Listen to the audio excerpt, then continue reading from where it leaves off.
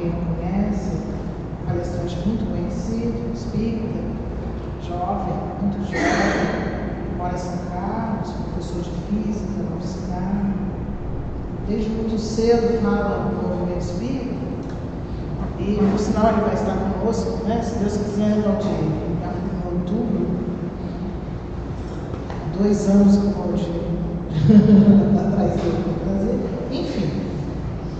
Achei muito interessante a palestra do Arthur Valadares, que me deu, vamos dizer, a ideia, né, de preparar o que eu vou apresentar para vocês aqui hoje.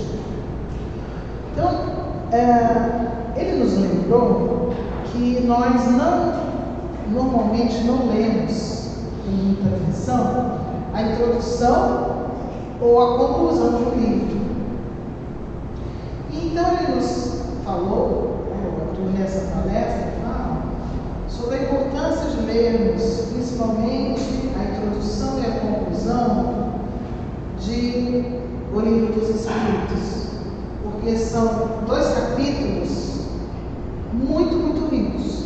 A introdução fala dos primórdios do cristianismo, fala da vida de Jesus, fala dos filósofos gregos, etc. É extremamente rica e nos ajuda a compreender depois todos os outros capítulos, inclusive explicando quem são as pessoas, na verdade não as pessoas, as funções, né, que existiam naquela época, os fariseus, os saduceus, então a gente lê e às vezes nem sabe, os fariseus, quem eram os fariseus? Então, na introdução se explica muito isso, mas me chamou muita atenção a conclusão, porque na verdade na conclusão a maioria dos autores o que faz uma revisão, né, do que foi apresentado na aula, e é exatamente isso que os espíritos, o Espírito da Verdade, no caso do Livro dos Espíritos, auxiliado por Kardec, ou Kardec auxiliado pelo Espírito da Verdade, faz também uma revisão. E aí, no item 7 da revisão, ele nos lembra que há vários aspectos do Espiritismo que estão baseados em 3 aspectos, que faz 3 referências, né? Então ele fala, por exemplo, que existem 3 tipos de seguidores do Espiritismo: aquele que não acredita, aquele que acredita mas continua vivendo como se não existisse, e aquele que acredita e tenta viver conforme o Espiritismo fala. Existem 3 tipos naquela época, opositores ao Espiritismo: aquele que acha que é tudo um absurdo, aquele que acredita e quer desmoralizar, e aquele que também tem contato, mas que faz tudo para estragar, faz tudo para dizer que está errado, né, tentando provar o contrário do que o Espiritismo apresenta. Enfim, esse item 7 da conclusão vai nos trazendo essas quase como se fossem reflexões, né, de que em muitos pontos nós temos 3 aspectos do Espiritismo. E aí a nossa conversa hoje vai ser sobre os 3 efeitos principais que o Espiritismo causa em nós, né? Foi o que eu achei mais interessante neste capítulo 7. Aqui, né, o pastor?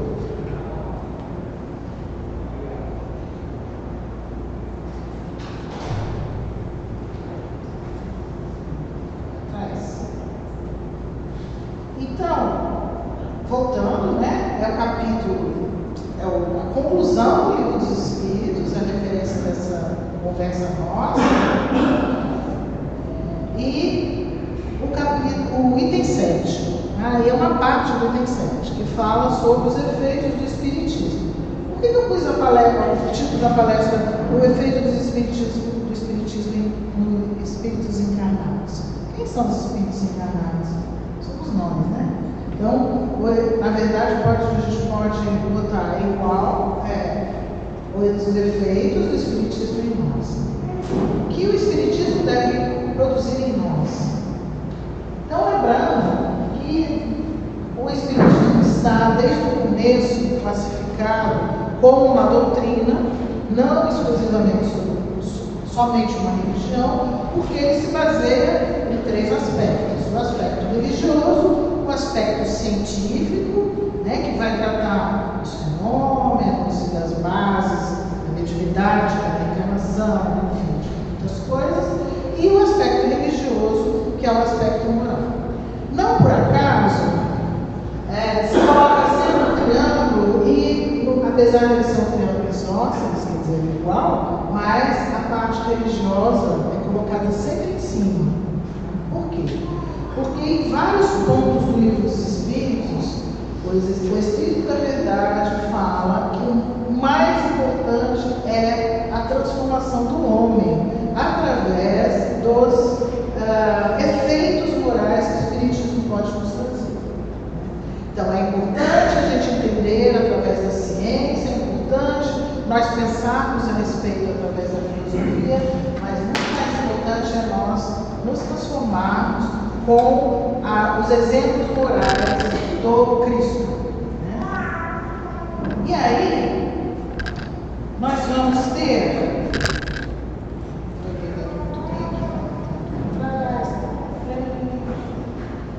Lembrando que os aspectos científicos se referem mais às manifestações e aos fenômenos espíritas, a filosofia, dos princípios filosóficos que vão decorrer desses princípios espíritas, e a moral, que é a aplicação dos princípios, as consequências.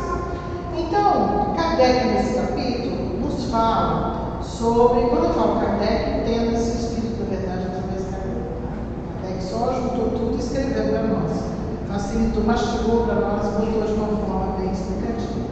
Ele fala que os 3 efeitos principais são despertar o espírito encarnado, nós, para a religiosidade, fazer com que nós possamos entender melhor, portanto, sermos um pouco mais resignados nas vicissitudes da vida. E terceiro, a cultivar a nossa indulgência com o próximo. E aí eu refleti bastante sobre esses 3 pontos, e para facilitar, eu acho que a gente pode fazer 3 gestos em relação a esses 3 pontos, que é a religiosidade, nós nos ligarmos ao divino, o autoconhecimento para entender as dificuldades da vida para dentro de nós, e a beneficência e a compreensão do próximo e a caridade em relação aos outros. Então, se nós tivermos que fazer uma conclusão, uma revisão do que nós vamos conversar aqui, é só lembrar que é a nossa ligação com o divino, é o nosso autoconhecimento, olhar para dentro, tentar nos transformar, e a nossa atitude em relação ao nosso próximo. Então, vamos conversar um pouquinho sobre cada um desses pontos. Em relação à religiosidade, quando nós começamos a estudar o Espiritismo e continuamos e lemos e nos aprofundamos, nós procuramos então compreender o que é, o que somos, e principalmente de onde viemos e para onde vamos. E a primeira pergunta do Livro dos Espíritos, ela poderia ser mais direta e mais abrangente. O que é Deus? Kardec faz essa pergunta para o Espírito da Verdade. O que é Deus? Causa primária de todas as coisas. Inteligência suprema.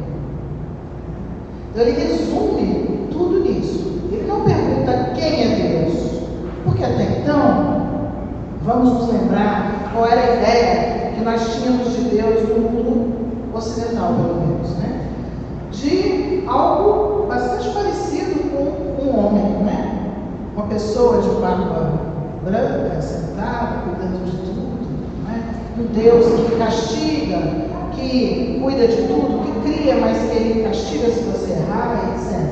Essa personificação de Deus, nessa pergunta de Kardec, na pergunta, ele já exclui isso, porque ele pergunta o que é Deus, não quem é Deus. E a resposta é extremamente abrangente, mas não deixa nada de fora, nos dizendo que Ele é a inteligência suprema do universo e a causa primária de todas as coisas.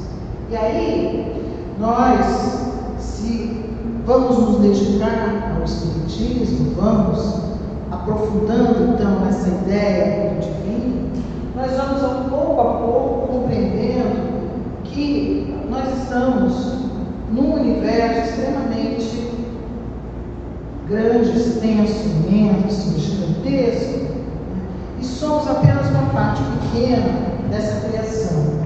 Nos damos conta da nossa pequenez, mas também da nossa grandeza, não é? Porque ao mesmo tempo que somos um ser pequenino, num planeta pequenino, num sistema solar pequenininho, nós somos enormes porque temos a centelha divina dentro de nós. E isso nos faz entender um pouco mais quem somos. E vamos abrindo essa... Muitas pessoas usam o termo despertar da consciência, né? Vamos abrindo a nossa consciência para refletir a respeito disso. De quem somos, qual é o nosso papel no universo. Eu sempre comento, né, nos grupos aí do EJA, dos estudos, né, que a gente sempre começa por essa palavra, por essa pergunta, o que é Deus? E as respostas são as mais variadas possíveis, antes da gente ler a resposta do Espiritismo da verdade. E eu sempre faço uma provocação com as pessoas, né, de que se a gente olhar para o céu numa noite bem estrelada, de preferência no campo, com pouca luz, a gente tem uma breve noção de quem nós somos no universo. E a gente se sente tão pequenininho, né, vendo aquela imensidão de estrelas, de planetas, todos orbitando de maneira tão ordenada, que não há como não imaginar que exista uma inteligência por trás disso, uma inteligência que coordena. Imagina então pensar a inteligência que criou esse universo. E aí, no efeito dessa reflexão, a gente se sente grande e pequeno. Se sente grande porque sente essa grandeza dentro de nós. Somos filhos de um Deus que é capaz, de um Pai que é capaz de criar tudo isso. Ao mesmo tempo, isso é tão grande e eu me sinto tão pequeno. Mas a partir do momento que a nossa consciência vai avançando e que a gente entende que nós não somos limitados por esse corpo físico, que nós somos o nosso espírito refletido na nossa mente, nós podemos sentir essa religiosidade dentro de nós, sentimos o quanto nós somos grandes e entendemos, ou começamos a entender aquilo que Jesus falou tantas vezes para nós: vós sois deuses, tudo que eu sou, o que eu faço, vocês podem fazer igual ou melhor. Jesus nos falou isso várias vezes quando passou aqui. E a gente não acha que pode, né? Mas pode. Somos sim, temos a centelha divina dentro de nós. Sentimos também que somos imortais, porque a partir do momento que estudamos o Espiritismo e que essa religiosidade, entre aspas, mas muito mais a espiritualidade vai crescendo dentro de nós temos a certeza de que não nascemos quando éramos crianças, nessa encarnação, que não começamos ali nem no zero, e que também, depois da morte, não é possível que eu viva nada. E a gente começa a acreditar na imortalidade do Espírito. E aí eu vou buscar também no livro dos Espíritos, né, na pergunta sobre a imortalidade da alma, né? Essas perguntas e respostas tão claras que o livro dos Espíritos nos traz. E que se torna a alma no instante da morte? Olha que resposta clara e objetiva. Volta a ser espírito, ou seja, ela volta a ser. Ela já era e continua sendo, né? Volta a ser espírito. Retorna ao mundo dos espíritos que deixou momentaneamente. Dá exatamente uma resposta clara, curta, e diz o quê? Que nós já existimos antes e que nós vamos continuar existindo depois da morte. Então, nos dá a exata medida da imortalidade. E Kardec continua: em que sentido se deve entender a vida eterna? Resposta: é a vida do espírito que é eterna. A do corpo é transitória e passageira. Quando o corpo morre, a alma retorna à vida eterna. Só falta ele dizer assim: que dúvida é essa? Não falta, às vezes, quando a gente lê algumas perguntas no livro dos Espíritos, a gente tem a impressão de que eles têm muita paciência com a gente, conosco, né? Porque eles quase falam assim: não é óbvio que quem morre é o corpo, e que nós continuamos vivos, né? Então é a imortalidade da alma. E aí, se a gente desenvolve a imortalidade da alma, sabe que já existimos antes, que existiremos, continuaremos a existir depois da morte do corpo, que nos dizemos espíritas e, portanto, acreditamos nisso, todo mundo acredita nisso. Por que a gente sofre tanto, então, quando alguém parte? Né? Por que a gente tem essa impressão de que nunca mais vai ver, de que não pode mais viver aqui sem aquela pessoa? Não é?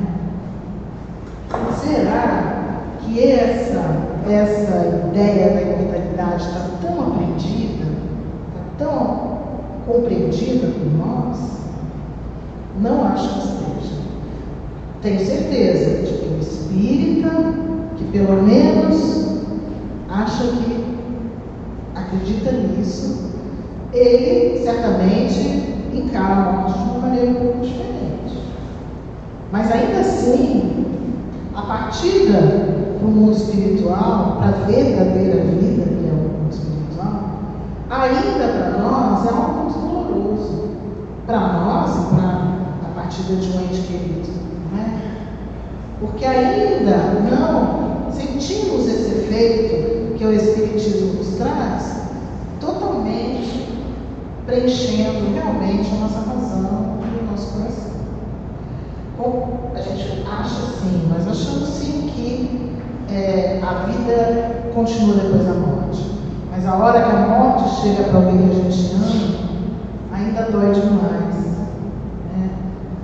Aí a gente pensa assim: mas eu sou espírita, mas eu tenho motivo porque eu vou sentir saudade da pessoa. Sim, você vai sentir saudade, mas você sofre tanto quando uma pessoa viaja e vai passar alguns meses longe de você? Você pode até derramar umas lágrimas, né? Vai sentir saudade. Mas não é o mesmo sofrimento, o mesmo vazio que nós sentimos quando alguém morre. Todos nós. É algo um pouco incoerente para a gente pensar, que nos remete a entender que, apesar de estarmos no caminho de compreender, nós ainda não assimilamos todas essas verdades. É uma verdade, mas ainda não vivenciamos ela completamente. Não é? Ainda achamos que o lugar das pessoas é aqui, junto da gente. Que o meu lugar é aqui, que eu não posso morrer. Eu vou viver eternamente. Vou virar semente. Não é? A gente tem isso totalmente internalizado em nós. Então, a gente estuda, a gente reflete a respeito, mas muitas vezes é difícil que isso realmente se torne uma verdade em nós. E um outro aspecto do espiritismo que nós aprendemos também quando pensamos na espiritualização, né, do homem encarnado é a reencarnação, que é também uma das bases, né, da doutrina espírita. E aí nós vamos lá de novo no Livro dos Espíritos. A alma que não alcançou a perfeição da vida corpórea, como é que acaba de depurar-se? A resposta, olha que resposta grande, né? Enorme. Olha que resposta simples e direta. Suportando a prova de uma nova existência. Se ela não se depurou ainda, ela vai ter que voltar. A alma passa, pois, por várias experiências corporais. De novo ele fala: puxa vida, vocês não entenderam ainda? Sim, sim. Todos nós passamos por várias existências físicas. Gente, não pode ser mais direto, não é? Não pode ser mais direto objetivo. É isso, não tem dúvida. E aí eu pergunto, será que a gente vive como se realmente entendesse isso? Será que quando as coisas acontecem conosco, nós lembramos que nós já fomos espíritos um dia na espiritualidade, viemos para reencarnar com algumas provas a passar, né? Porque se não estamos depurados ainda, viemos reencarnar. E vamos continuando na vida e também lutando para a próxima reencarnação. Será que nós acreditamos nisso? Nós somos espíritos e nós acreditamos nisso. Mas será que nós vivemos como se assim fosse? E aí, refletindo sobre isso, eu encontrei uma reflexão no site da FEB, né? Uma reflexão sobre ecologia que eu achei muito interessante, sobre a qual eu nunca tinha pensado. Se nós acreditamos que vamos reencarnar num planeta parecido com esse, ou neste mesmo, não é assim? Nós não aprendemos no Espiritismo que existem 5 categorias de planeta. O planeta Terra é a 5ª categoria, mundo de provas e expiação. E nós estamos evoluindo, assim como o nosso planeta está evoluindo, só que essa evolução é contada em séculos, né? Não é de hoje para amanhã. Então é bem provável que eu desencarne e reencarne várias vezes, neste planeta ou num planeta parecido com a Terra. E aí, no mínimo, o espírito tinha que ter preocupação com o planeta que ele vai deixar para quando ele reencarnar. Olha que ideia egoísta. Né?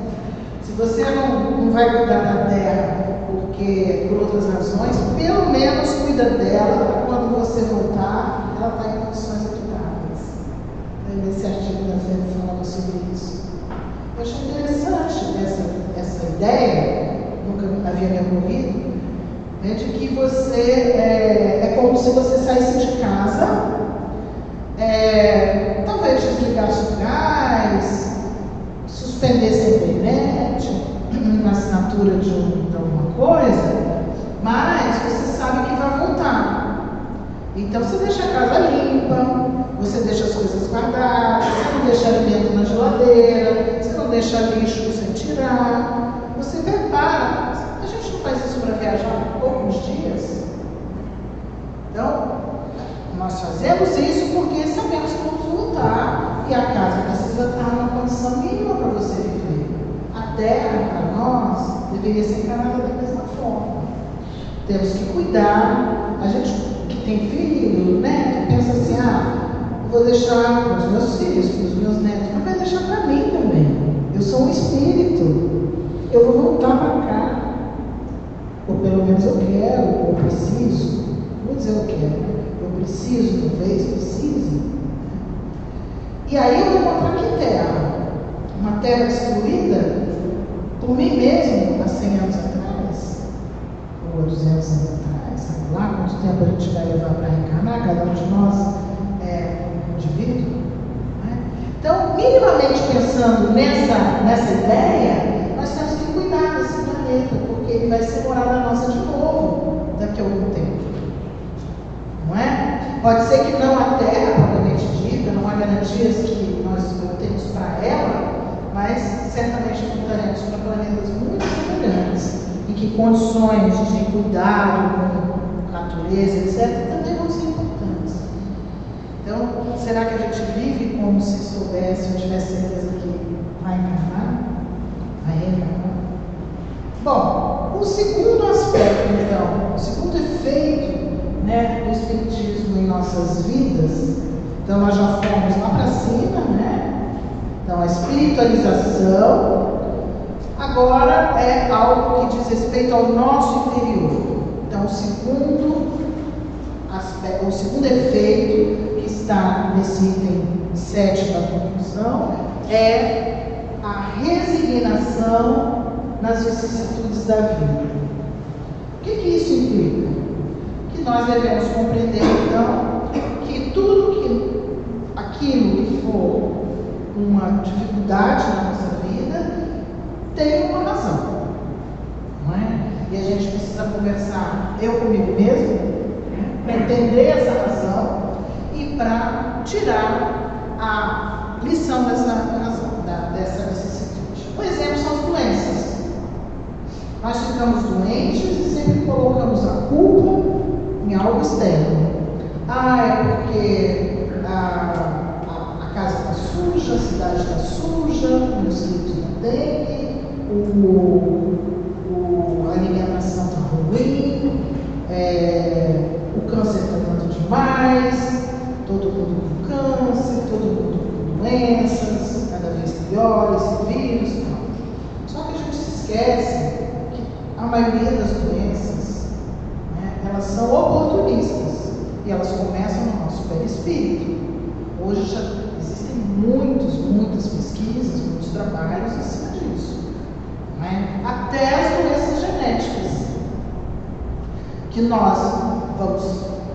Agora a ciência começa a explicar, com a epigenética. Antigamente, pelo menos quando eu estudei, a genética era determinante. Você vinha com o gene do câncer de mama, você ia ter câncer de mama. Hoje a gente sabe que não, que o gene precisa se expressar. Dependendo de como for sua vida, ele pode se expressar ou não. Você pode nascer com o gene do câncer de mama e morrer sem expressar o câncer de mama. Depende de como você conduz a sua vida. Depende de a quais estímulos você vai expor ao seu corpo físico, que é o princípio da epigenética hoje. Então, nem a genética mais é determinante. E aí, quando as doenças aparecem, por exemplo, nós não conseguimos pensar no que elas estão tentando trazer de reflexão para nós. É só parar e tentar refletir que a gente acha alguma coisa.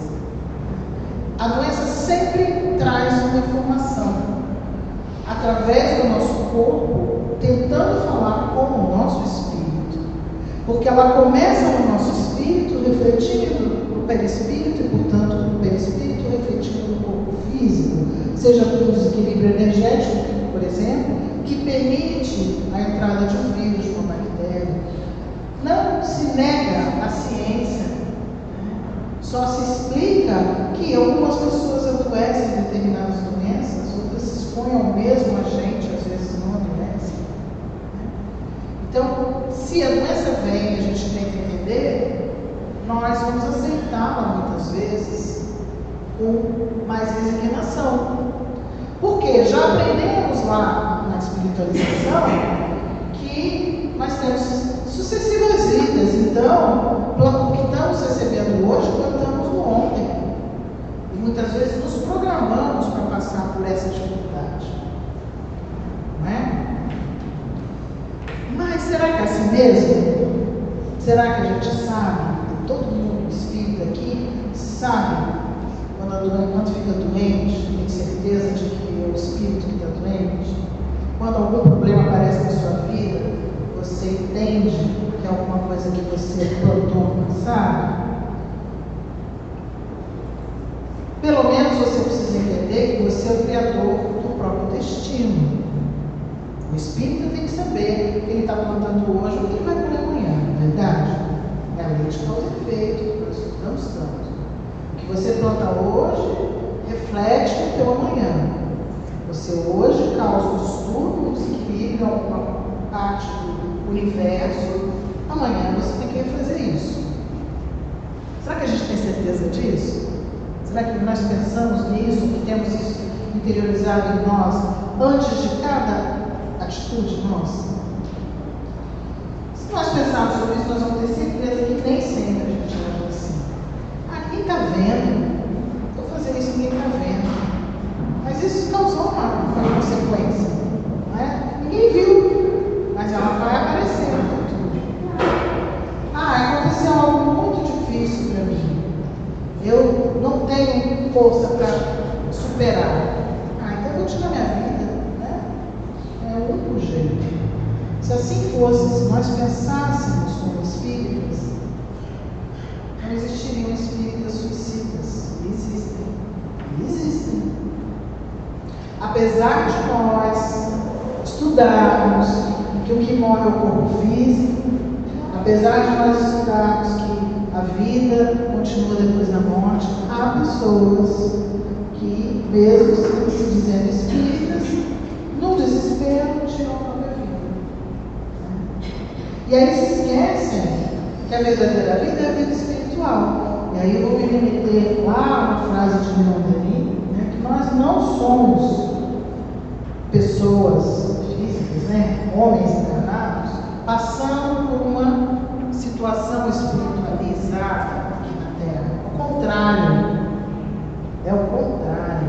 Nós somos seres espirituais passando por uma experiência terrena, por uma experiência material. E nós, apesar de espíritas, agimos como se fôssemos a Terra, né? Dando mais importância a essa vida material do que a vida espiritual. É claro que se nós estamos encarnados, é porque a vida material precisa nos ensinar alguma coisa. Nós precisamos comer, nós precisamos procurar abrigo, nós precisamos ter conforto, etc. Só que não pode ser o centro da nossa vida. Vida no sentido, né, de uma existência, não pode ser o centro. Nós temos que ter um objetivo espiritual numa existência. E esse objetivo espiritual, ele tem que ser superior ao objetivo material. Tudo bem, eu quero ser determinada profissão, eu quero ter determinado nível de vida, econômico, etc.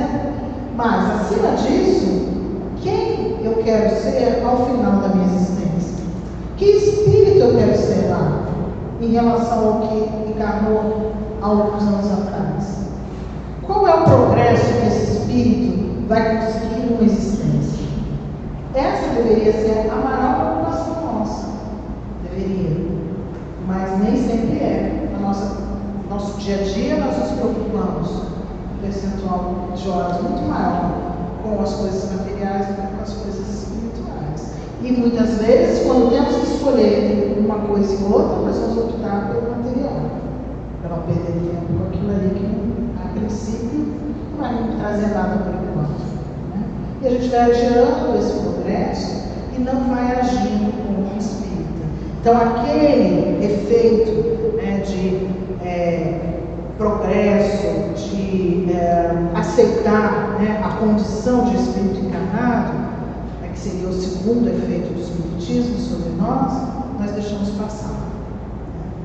E para finalizar, o terceiro efeito, colocado ali naquele item dos espíritos, que é para fora, né? Nós já vimos para cima, para dentro, para fora. O efeito que é em relação ao nosso próximo. O principal efeito do espiritismo bem vivido em nós seria nos despertar uma benevolência muito maior para o nosso próximo, porque deveríamos nos enxergar como iguais, pessoas que estamos caminhando, nós todos, no mesmo planeta, portanto somos da mesma faixa vibratória, temos todas as mesmas dificuldades, estamos todos a caminho, e portanto o erro do meu irmão, que eu vejo, é o próprio meu erro. Porque estamos todos com as mesmas limitações. Se eu tenho mais dificuldade num ponto ou outro, ele tem mais dificuldade no outro ponto. Eu tenho mais facilidade num e no outro. Mas somos todos ali, ó, farinha do mesmo saco, como dizia minha mãe. Farinha, como diz minha mãe, farinha do mesmo saco. Porque estamos todos com dificuldades. Então, o terceiro efeito do espiritismo seria cultivar em nós, né, uma maior indulgência com as falhas alheias, uma maior compreensão, né, das falhas do meu irmão, e não ficar apontando a falha do meu irmão. E aí, em decorrência dessa indulgência mais aprimorada em nós teríamos o desenvolvimento maior da lei mais importante, que é a caridade. Fora da caridade realmente não há salvação.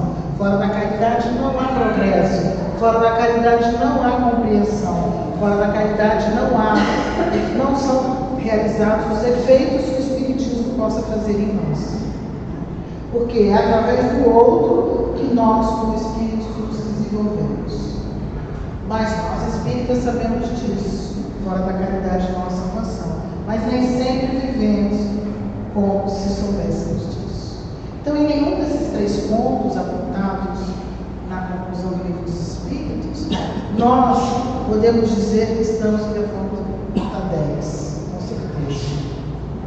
Porque temos muitas limitações ainda que não nos permitem internalizar todas essas conquistas, né? Que seriam conquistas de um verdadeiro espírito.